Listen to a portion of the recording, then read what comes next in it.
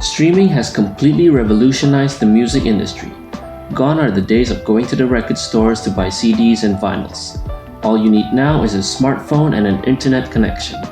Then you will have access to every single song that has ever been put out in history. Amazing, isn't it? Well, that depends on which stakeholder you are. For the average music consumer, streaming is the best thing since sliced bread. Any song you want to hear at your fingertips at any given moment. However, if you're an artist, especially an independent one, you might have a completely different point of view. Before we get into all that, I want to tell you a little bit about this thing called convergence. According to Jenkins, it is the flow of content across multiple media platforms. Essentially, the merging of different types of media.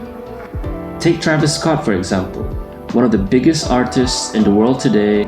Before the much anticipated release of his album Astroworld in 2018, he promoted a clothing line of his own, alongside the release of the album all over social media. Anyone who purchased this clothing line would receive the digital copy of the album for free. His album sales went through the roof as he sold 537,000 copies in the first week. This is a perfect example of convergence at work.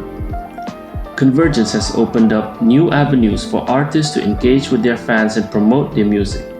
Social media, streaming platforms, and content sharing websites enable direct interaction between artists and listeners. Artists can build a dedicated fan base, share behind-the-scenes content, and create immersive experiences beyond the music itself. Now, why would an artist like Travis Scott go out of his way to bundle his album for free with the purchase of his clothing line? The answer lies in streaming. Despite music being consumed more than ever before due to streaming, artists are earning less than they did in the past.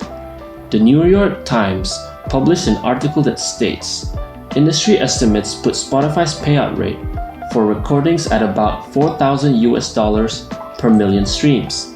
Essentially, hundreds of millions of streams are needed for an artist to get anything substantial. Artists know that streaming doesn't generate much income for them, so they have to find other creative ways to do so. Big artists like Travis Scott have the capabilities to do this, thanks mostly due to the large fan base who would consume anything they put out. However, smaller independent artists don't have the same luxury.